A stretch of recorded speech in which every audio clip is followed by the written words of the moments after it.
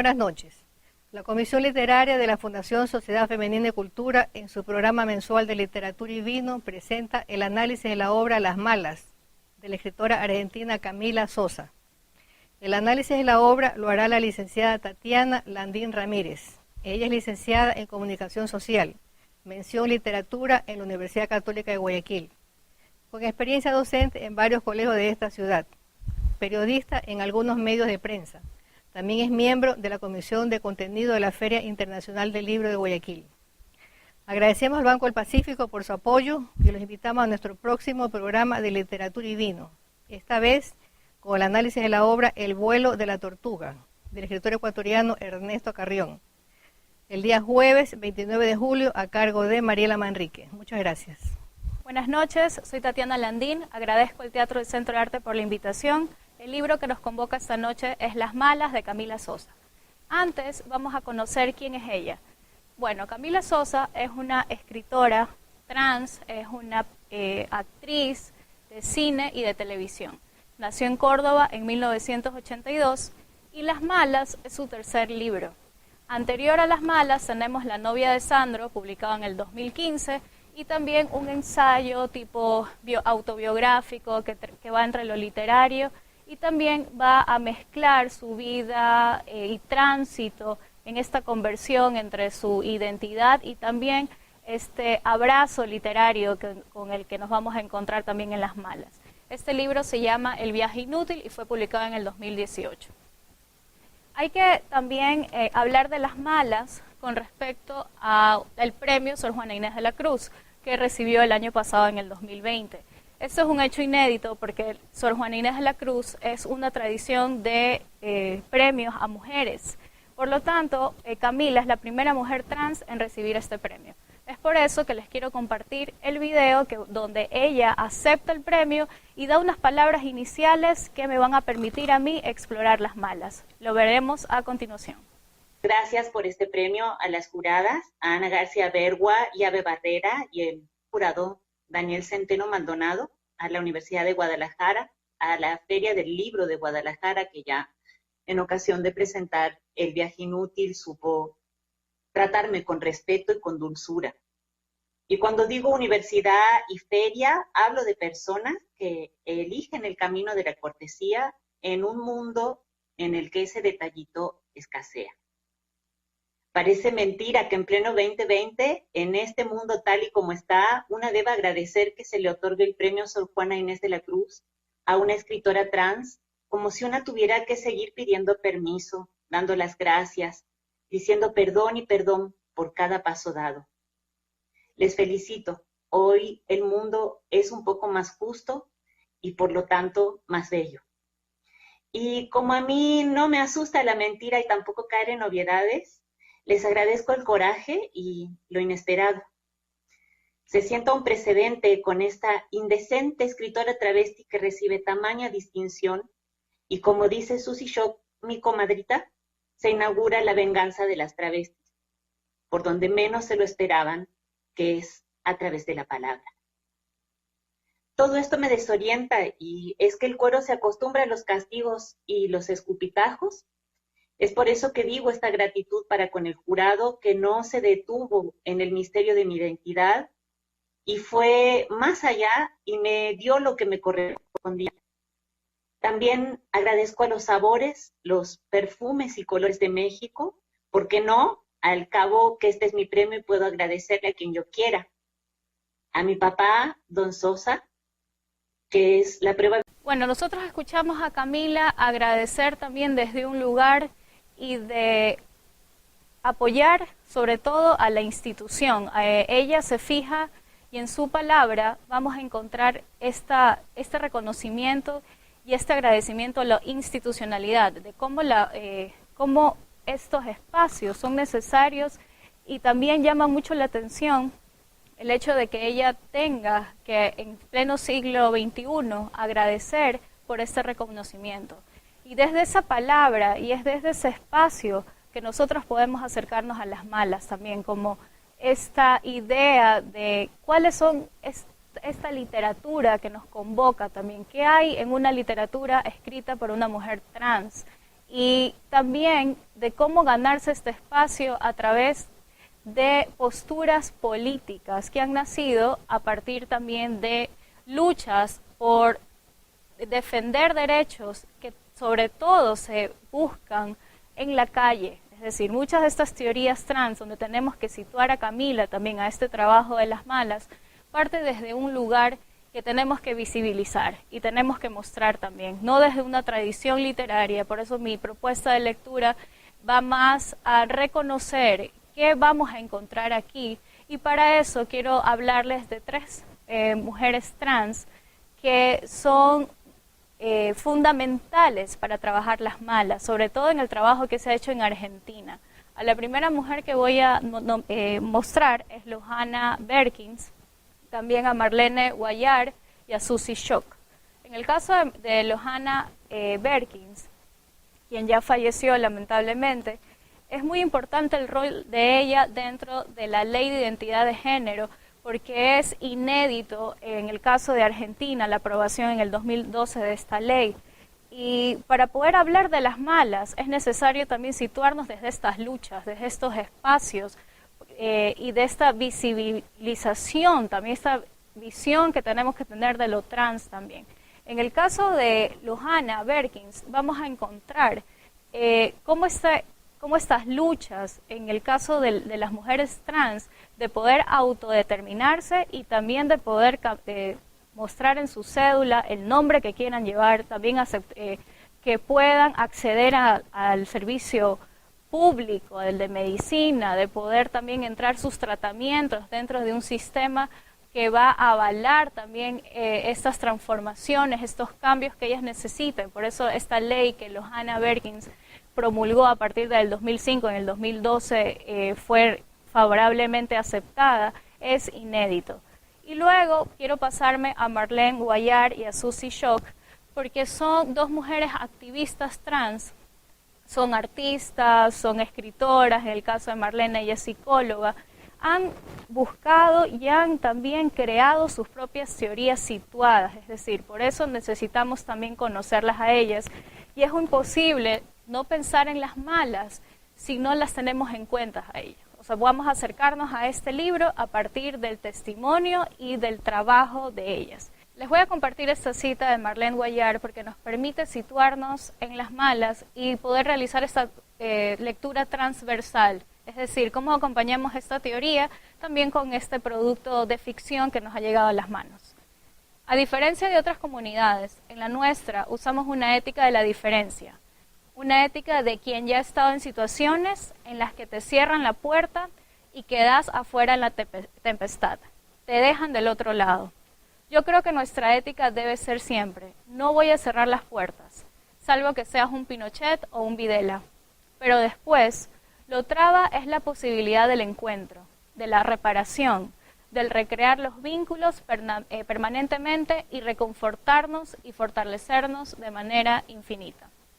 Por lo tanto, vamos a encontrar también, como lo desarrollaré más adelante, en las malas estos puntos de encuentro, esta palabra que va a estar también teñida y combinada con una prosa poética que va a servir también de blindaje para tratar estos temas de la realidad trans, que son duros, pero que están enfocados desde la narrativa de Camila Sosa, desde otra posibilidad, desde la posibilidad del encuentro, ¿no? De la reparación y de los vínculos, como lo vamos a observar a partir de ciertos personajes. Por el otro lado, Susie Shock también es muy importante mencionar cómo han ido creando estas teorías desde sus militancias. Para mí es muy importante decir esto porque se trabaja desde la calle, se trabaja desde el lugar donde hay que exigir derechos, y este es el caso de las trans que les he mencionado. En el caso de Susie Shock, la cita que les voy a compartir es la siguiente. ¿Qué somos? Somos travestis, somos mujeres trans, somos feminidades trans, somos lo que cada uno se autoperciba, pero somos otra cosa. Y esa otra cosa vale por otra cosa que es. Mientras tanto, como no tenemos laburo, no tenemos acceso a la salud, muy pocas personas que nos aman nos llevan de la mano. en la calle, muy pocas tenemos el logro de una familia construida. Susie Shock. Y como les había mencionado, a partir de esta teoría es muy importante ingresar al mundo de las malas, porque nos va a permitir también explorar el mundo de Camila Sosa. Nos vamos a preguntar entonces, ¿qué clase de novela es? ¿Con qué tipo de novela nos enfrentamos? ¿Acaso será un testimonio? ¿Acaso será una crónica? ¿Será una novela? Pues son muchas cosas, y eso tiene una intención inicial, por así llamarlo, porque Las Malas nace de un blog que se llama La novia de Sandro. Por lo tanto, muchas de estas descripciones que están allí, y eso lo notamos también en parte de la prosa, de cómo está escrito, de cómo son esos reglones, esas ideas, tienen todavía esa marca de haber sido escrito en un blog. O sea, no hay un trabajo de edición, obviamente, pero tenemos que también situarnos hace 25 años, cuando Camila era prostituta y tenía que trabajar para poder escribir, para poder también comprarse las cosas que ella quería y sobre todo para sobrevivir. Y aquí también quiero hacer un paréntesis porque es muy importante hablar también de cómo nos llega Las Malas. Las Malas nos llega gracias al editor de esta colección de Tusquets, que es Rara Avis, esa es la colección, y que es de un editor argentino que lamentablemente acaba de fallecer el día de ayer, domingo, es Juan Forn, y él, por así decirlo, es la persona que descubrió a Camila, es decir, revisó estos textos, le dio una edición interesante, y él hace un análisis en este libro, en el prólogo, nos presenta ya de qué va este libro, ¿no? Entonces es muy importante también reconocer cómo llega a las manos nuestras esta narrativa trans, que no hay dónde vemos, a dónde podemos encontrar a estas escritoras o en qué espacios están siendo publicados. Es un hecho también muy importante que las editoriales puedan y también tener acceso a estas voces. Y la inclusión, como ya lo mencioné, y darle un reconocimiento, darle el premio Sor Juana Inés de la Cruz, es un hecho bastante importante. Dicho esto, me quedé en la discusión de que si es crónica, si es novela, y este carácter o esta génesis que tiene desde el blog nos permite también ir buscando ciertos temas que van a ver, como lo están observando en las diapositivas, que van a conformar este mundo, el mundo de Camila Sosa en Las Malas. Vamos a encontrar a personajes como la tía Encarna, más adelante vamos a encontrar también el tema de las rebeliones, que es un tema que yo propongo, y el blindaje poético. Es decir, yo he dividido un poco mi análisis en estos ejes que ustedes están observando. Es una propuesta de lectura que vamos a conocer pronto. La primera parte de este libro, la primera página, nos sitúa en el Parque Sarmientos, que es el escenario donde ocurre esa historia. Esta especie de recuerdo, de reconocer a sus hermanas las travestis, de saber que con ellas pasó una gran parte importante de su vida, tiene un núcleo que yo le he llamado La tía Encarna y sus constelaciones, porque este es el personaje central y a partir de ella van a girar algunas historias muy frágiles, historias que nos van a conmover, pero historias sobre todo que van a hermandarse, historias también que van a sostener a este grupo de mujeres que están en la noche, que están en la oscuridad, que están en la marginalidad. Y es muy importante también cómo ella fortalece este símbolo de la tía Encarna.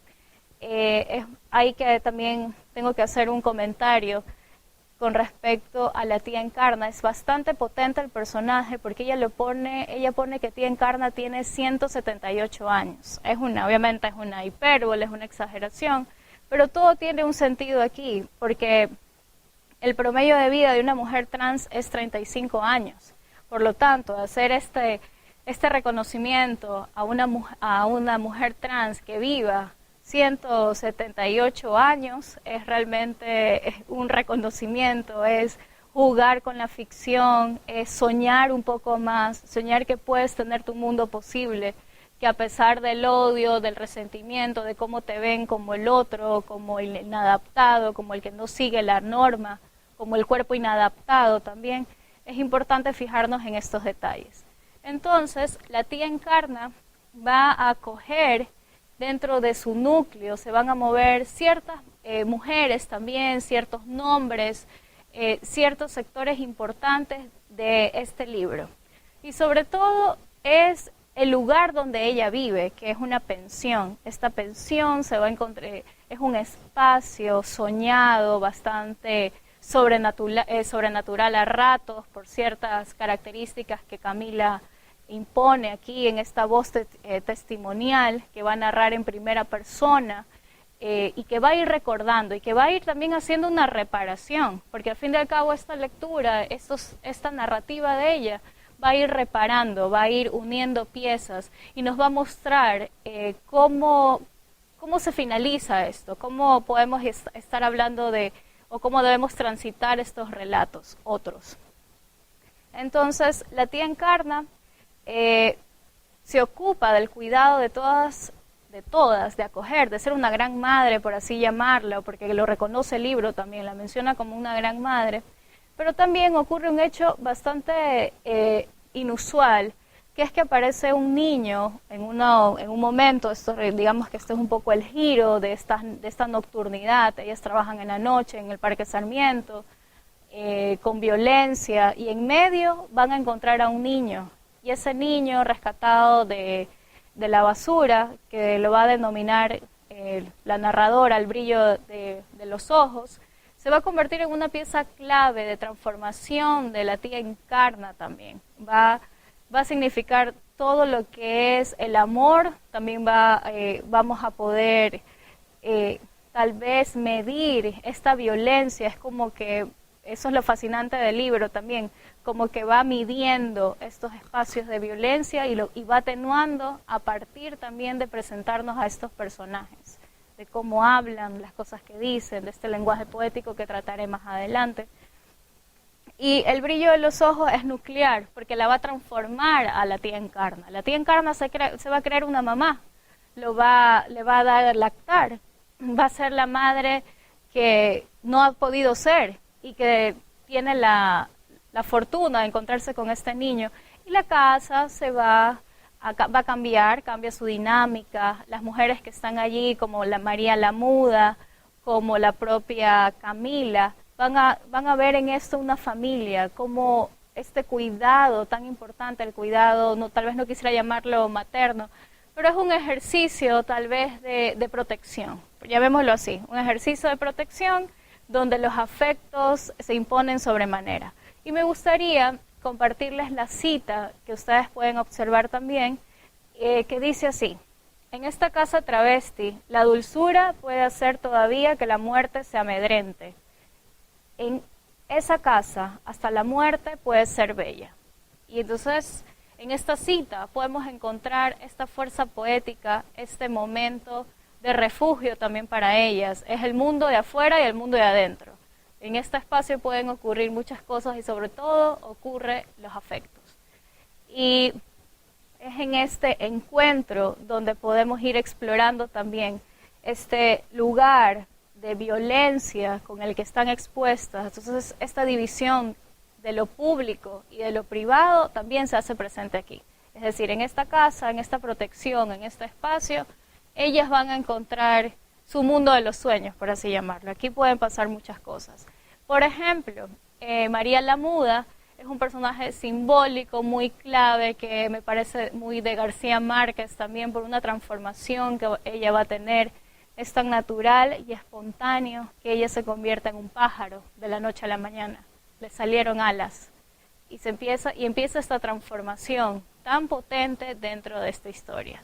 Y el libro, no quisiera adelantar muchos detalles o revelarlos para las personas que no lo han leído todavía, pero es fundamental también ir viendo y seguir la pista a cómo la voz narradora va reconstruyendo eso, cómo ella va a ver hace 25 años y homenajear a estas mujeres. Y aquí también quiero hacer una acotación, y es que Camila en muchas de sus entrevistas menciona que solo el 10%, lo dice hasta con números, de lo que ella vivió en ese espacio, en esa violencia, está en las malas.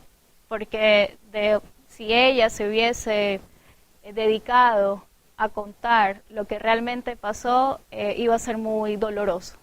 Por lo tanto, nos invita también a revisar este libro con otra mirada. En ningún momento ella quiere causarnos pena o que nos dé tristeza, que quiere que veamos con otros ojos esta realidad y que nos dejemos de muchas cosas, por ejemplo, de seguir negando o seguir excluyendo o seguir tal vez representaciones que no son adecuadas a ellos, de dejarnos también de los estereotipos, de poder cruzar y pensar en otras posibilidades, lejos de una literatura hegemónica, canónica. Eso también es muy importante en esta propuesta de las malas. Y las travestis del parque, como ya lo mencioné, con ellas cerramos las constelaciones, son muchos nombres, son muchas identidades que van a enriquecer a Camila también, van a enriquecer a este personaje.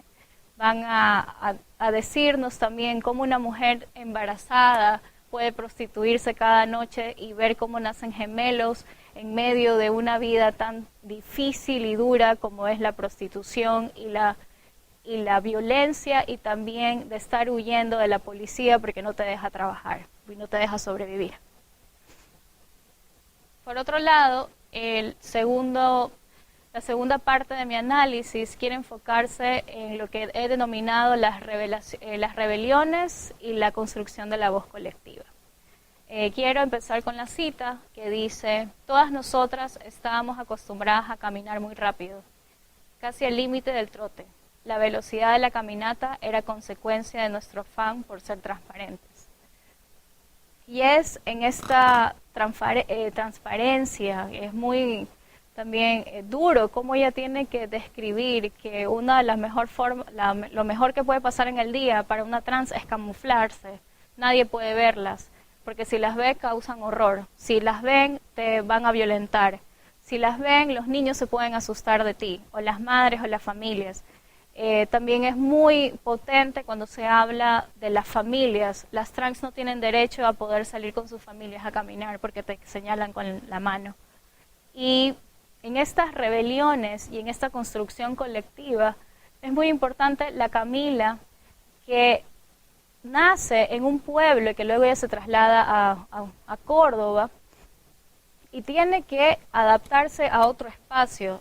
Y estas rebeliones ella las va a presentar desde que es muy niña, desde que es un niño que se llama Cristian, y tiene que verse diferente y convivir con un padre que es violento, con una madre víctima del machismo, víctima de estar sola en casa, y situarnos también en la infancia, en cómo puede ser tan duro atravesar estas transformaciones sola, de darse cuenta que su cuerpo no es el que ella quiere, y a la vez enfrentarse a un padre que representa la autoridad, que representa la dureza, que representa un lenguaje que le va a decir: si sigues vestido así vas a acabar muerto, que es una frase aquí parafraseando lo que aparece en este libro. Entonces esta Camila también, y esta posibilidad de pensar en la rebelión viene desde la infancia, desde cuando ella dice que empieza su primera rebelión a cambiarse la ropa. Era extremadamente pobre, entonces hay unas escenas donde ella cuenta cómo tenía que confeccionarse la ropa con retazos de sábanas, de camisas, de ropa vieja, y empieza a vestirse. También con ayuda de amigas puede ir a la casa, le prestan la ropa y vive en su mundo, ¿no? Lejos de esta autoridad que es el padre y la que tiene que esconderse. Ya la Camila adolescente nos va narrando más la audacia de ella de escaparse por la noche, de ir a los boliches, que son estos centros nocturnos como en Argentina, de cómo tiene que escaparse en la noche, de cómo sola camina por unas calles silenciosas con tal de salir e irse a cambiar en un terreno abandonado la ropa, porque ella necesita ese mundo también. Y ahí empiezan estas rebeliones y este contacto con la calle. Y también empieza el momento del dolor, el momento de la soledad, porque vamos a evidenciar escenas que un joven o un adolescente de 15, 16 años son muy difíciles de asimilarlas, muy difíciles de contarlas también. Entonces esta mirada hacia atrás de reparación va a ser bastante dura si la pensamos ya desde este punto de vista, ¿no? Una adolescente sola que tiene que lidiar con problemas, que no tiene quien la ayude, quien la escucha, va a encontrar en una comunidad, cuando más adelante ella se encuentre con las prostitutas del Parque Sarmiento, esta posibilidad de que te acojan, de que ser parte de esta comunidad, de lo colectivo, de la construcción de otra persona, de la construcción de que somos igual, somos nuestros pares y tenemos que luchar entre nosotras por nuestros derechos y por nuestra justicia también. Y hay escenas duras, por ejemplo, narra también la violación o consenso, por así decirlo, porque ella, con tal de transar, de que no le digan al padre que la han visto vestida como una mujer, tiene que empiezan estas negociaciones con la policía, y entonces también encontramos un episodio que marca esta relación entre autoridad, hombres que detienen a mujeres en la calle, a mujeres trans, y que es una práctica muy común según lo narra ella. Muchos hombres heterosexuales que cumplen las fantasías con ese cuerpo, y ella lo menciona ahí y critica, y es una marca de la sociedad, y ella reflexiona también a partir del cuerpo, ¿no? Que es algo también que voy a revisar a continuación. Ya lo que he denominado, esta revisión del cuerpo, lo he denominado la huella del odio, con esta revisión que he hecho brevemente de cómo es esta Camila de la infancia, ¿no? Cómo es esta Camila que tiene que irse construyendo e irse reparando. Y lo que yo denomino la huella del odio es el cuerpo que entra en escena. Es el cuerpo trans, es el cuerpo público, es el cuerpo privado, también es la construcción de las redes de cuidado. Y cuando hablo también de este cuerpo que irrumpe en la escena pública, tiene que ver con algo que ya mencioné al inicio, que es con la autoridad también. Este cuerpo que tiene que ser regulado para que parezca normal, o que si no es regulado, tiene que ser castigado. Entonces hay muchas escenas que tienen que ver con esta terrible idea de verlas en la calle, viene la policía y las tiene que meter a la cárcel. Así no estén haciendo nada, así se estén bien, estén trabajando, tenemos que regularizarlas. Tenemos que tal vez señalar sus patologías. Entonces por eso también es muy importante darse cuenta de cómo Camila va narrándonos, nos va contando en esta ficción, en estas memorias que ella va trazando, cómo se protegen, ¿no? Cómo se construye también a partir de un cuerpo estas redes de cuidado, cómo se enseña a defenderse también. Y hay una cita que permite también ejemplificar la conciencia de ese cuerpo deseado. El cuerpo de la trans es un cuerpo deseado también, y ellas lo reconocen, y ese hacerse cargo de saber que ese es su lugar también político. A partir de este cuerpo diferente, ellas van a conquistar, van a poder sobrevivir. Y claro, este relato no es un relato feliz, esto es un relato de mucha violación, de mucha muerte, de golpes, de saber que pueden salir con un cliente y no saber si van a regresar vivas, porque hay mucho odio de por medio, de cómo no van a ser estafadas, de que no les quieran pagar. Y es muy importante también revisarlo así. Y la cita que les quiero compartir tiene que ver también con eso. Lo aprendo muy pronto, somos necesarias en el deseo prohibido de los habitantes, de la tierra por nosotros. Desde ese día mi cuerpo cobró un valor distinto, dejo de ser importante, el cuerpo, una catedral de nada. Y recuerdo que esta cita también tiene que ver con este reconocimiento de un cuerpo violentado, ¿no? Ella reconoce haber pasado por muchas situaciones de violencia física, de violación, pero reconoce también que es un cuerpo que le sirve para sobrevivir, para poder pagarse cirugías, para poderse comprar ropa, tacones, para poder escenificarse mucho, ¿no? Salir en escena, poder ser ella. Y es en estas exclusiones, en esta variedad de discusión que nos trae las malas, que podemos hablar también de cómo el cuerpo es la huella del odio, ¿no? Vemos este cuerpo diferente, pero también es la posibilidad que este cuerpo pueda convertirse de cierta manera en un instrumento de relatos, porque Las Malas, al fin y al cabo, es un libro que va a ir recogiendo estas memorias, y como lo dijo ella en algún momento, ¿no? La venganza de las trans, un poco parafraseando a Susie Shock, es la palabra. Encontrarse, nadie iba a saber que la venganza iba a venir a través de contar nuestras historias.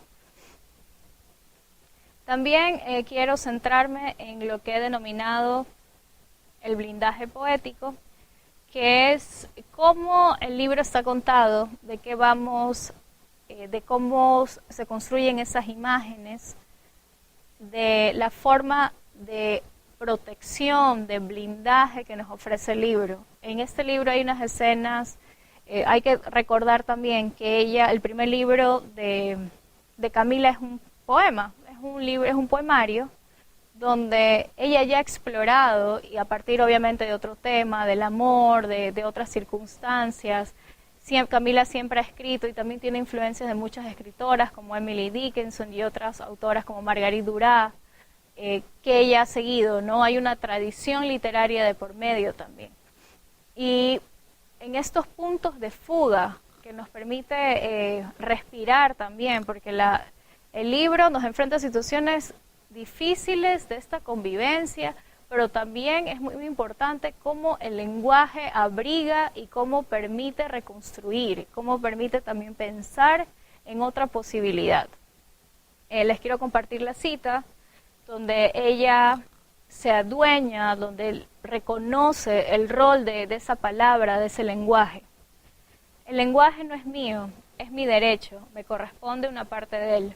Vino a mí, yo no lo busqué, por lo tanto no es mío. Me lo heredó mi madre, lo despilfarró mi padre.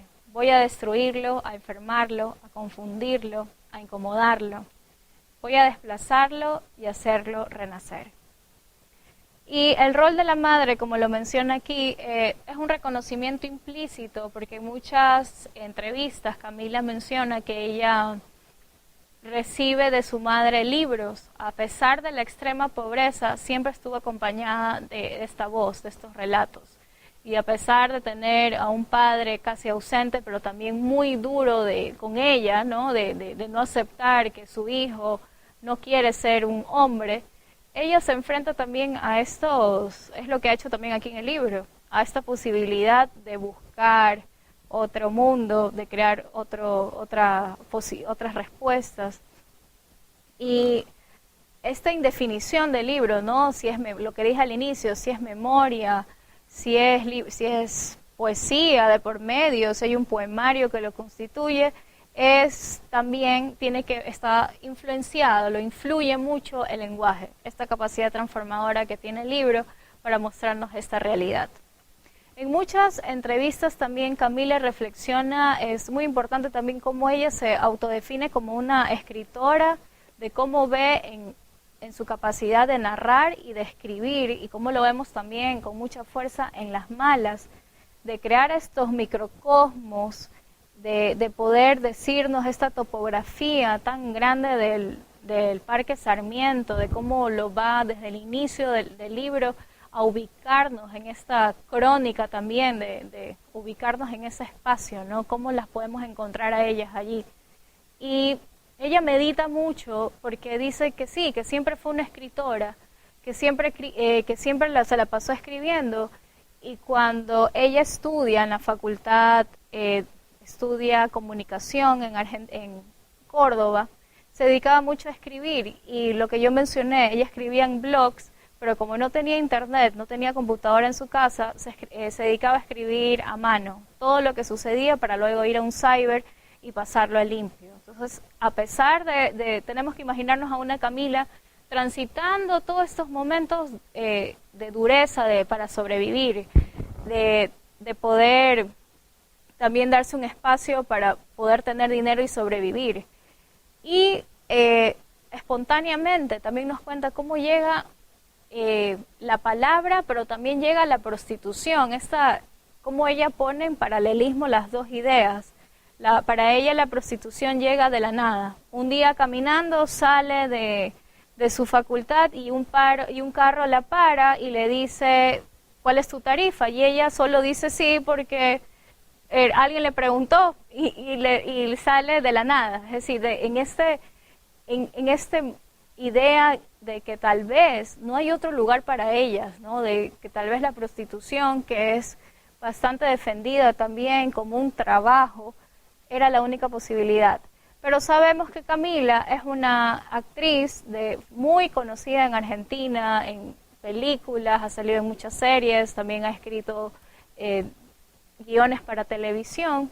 Sabemos que su vida no se limita a ello, ella ha podido realizar otras funciones y eso también se lo debe a la literatura y lo dice mucho en sus entrevistas. Hay un video muy famoso de Camila en TED Talk donde ella habla de su experiencia muy dura desde su infancia, pero lo cómico ahora es que ella ve y dice que ese video ella ya no se reconoce, por eso no le gusta mucho que se lo nombre, porque como una parte anecdótica dice, no me gusta verlo, porque primero estaba con la nariz que no tengo ahora, pero mi nariz es operada, y también siente y ella nota ese tono muy sensible, es verdad, casi todo el video está a punto de romperse en lágrimas, de no poder sobrellevar ni verbalizar cada vez que habla del padre y lo duro de su experiencia, ¿no? Y eso también nos permite seguir trabajando y revisando cómo el blindaje poético es el arma de la furia travesti. Es decir, a través de la palabra pueden construirse, a través de la palabra pueden enfrentarse a estos sistemas inamovibles y abrirse espacios. No por gusto, tenemos muchas escritoras, muchas activistas trans, también para reconocer el espacio también aquí en Guayaquil, que se dedican también a trabajar con la palabra. Y esa es también la invitación que hace Camila dentro de este libro, ¿no? Nos da la posibilidad de poder seguir pensando en qué pasa dentro de nuestro mundo literario, de qué pasa con estas historias, quién las está contando, hacia dónde va la literatura trans. Y para poder finalizar, me gustaría proponerles que pensemos en el lugar de la memoria. Cómo es importante, lo dice mucho Camila, ir rescatando estas historias, de ir haciendo y comprometiéndonos a poder buscar, darles un espacio, de poder también acceder a estas historias. Y como lo dije al inicio, también pensar que hay teorías trans construidas desde la calle, construidas desde el lugar donde deben estar estas teorías, no solo en la academia. Es decir, son recursos, son insumos que tenemos para poder cuestionarnos y para poder visibilizar. Me gustaría leerles la cita. Las sociedades no han mejorado, hemos mejorado las travestis. Las travestis ya estamos hablando entre nosotras, les estamos hablando a ustedes, al mundo y a todo lo que puede ser divino. Y con este fragmento, con esta cita que nos propone Camila, me gustaría que las personas que tal vez no han leído el libro se animen a leerlo.